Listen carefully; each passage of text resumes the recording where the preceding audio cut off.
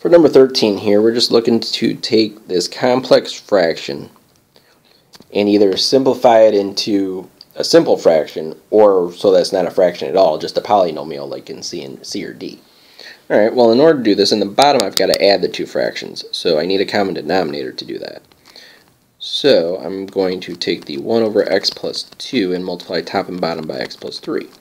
Why? Because that's the denominator of the other part. So, and similarly, I'm going to take the 1 over x plus 3 and multiply top and bottom by x plus 2. Alright, so now I can just multiply across for each of these for where I'm multiplying. So 1 times x plus 3 is just x plus 3. Okay, and then plus, and actually, yeah, I'll do that. 1 times x plus 2 is x plus 2.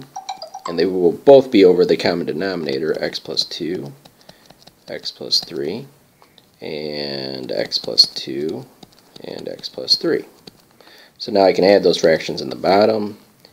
And so add the top, I get 2x plus 5 over the common denominator of x plus 2, x plus 3.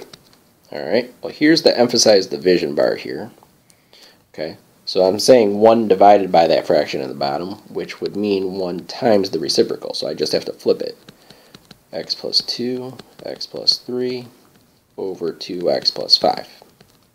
Alright, well 1 times anything is just that thing, so that's my answer. Now, it almost looks like B.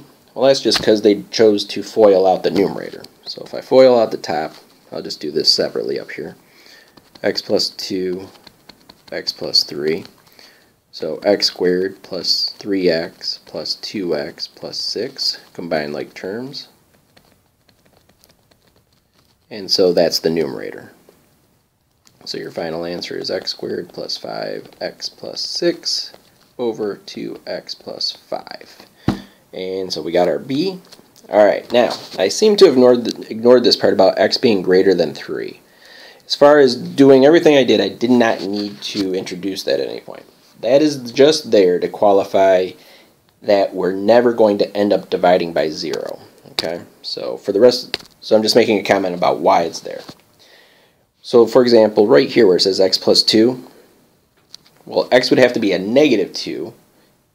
If x were negative 2, I would be dividing by 0. But since x has to stay greater than 3, it can't be negative 2. And same for here, x would have to be negative 3 to get a 0. But I'll never get a negative 3, because negative 3 is not greater than 3.